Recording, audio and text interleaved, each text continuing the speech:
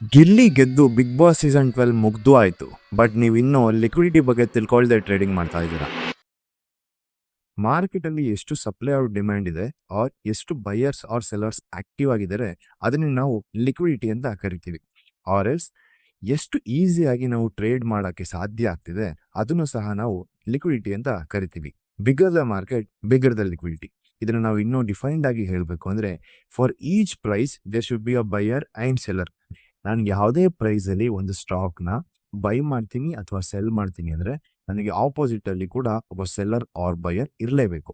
ಅದನ್ನು ನಾವು proper liquid market ಅಂತ ಕರಿತೀವಿ. ಫಾರ್ ಎಕ್ಸಾಂಪಲ್, ನಾನು ಒಂದು ಶೇರ್ನ 2,000 ರೂಪಾಯಿಲಿ ಬೈ ಮಾಡ್ತೀನಿ ಅಂದರೆ ಆ ಪ್ರೈಸಲ್ಲಿ ನಮಗೆ ಒಬ್ಬರು ಸೆಲ್ಲರ್ ಇರಲೇಬೇಕು. ಅದೇ ಥರ 6,000 ರೂಪಾಯಿ ಆಗಿರ್ಬೋದು, ಇಲ್ಲ 4,000 ಆಗಿರ್ಬೋದು, ಇಲ್ಲ 5,500 ರೂಪಾಯಿಗೆ ನಾನು ಸೆಲ್ ಮಾಡ್ತೀನಿ ಅನ್ನೋದಾದರೆ ವಾಪಸ್ಸು ಅದೇ ಟೈಮಲ್ಲಿ ನನಗೆ ಒಬ್ಬ ಅಲ್ಲಿಂದ ಬೈಯರ್ ಸಹ ಇರಲೇಬೇಕು.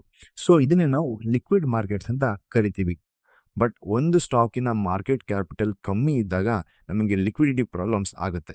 ಫಾರ್ ಎಕ್ಸಾಂಪಲ್, ನಾನು ಒಂದು ಸ್ಟಾಕ್ನ 1,000 ರೂಪಾಯಿಲಿ ಬೈ ಮಾಡಿದೆ, ಆಮೇಲೆ ಅದನ್ನು 4,000 ರೂಪಾಯಿಲಿ ವಾಪಸ್ ಅದನ್ನು ಸೆಲ್ ಮಾಡ್ತೀನಿ ಅಂದರೆ ನಾನು ಸೆಲ್ ಮಾಡುವಾಗ ವಾಪಸ್ ಬೈ ಮಾಡ್ಕೊಳ್ಳೋಕ್ಕೆ ಯಾರು ಇಲ್ಲಿ ಅವೈಲಬಲ್ ಇಲ್ಲ.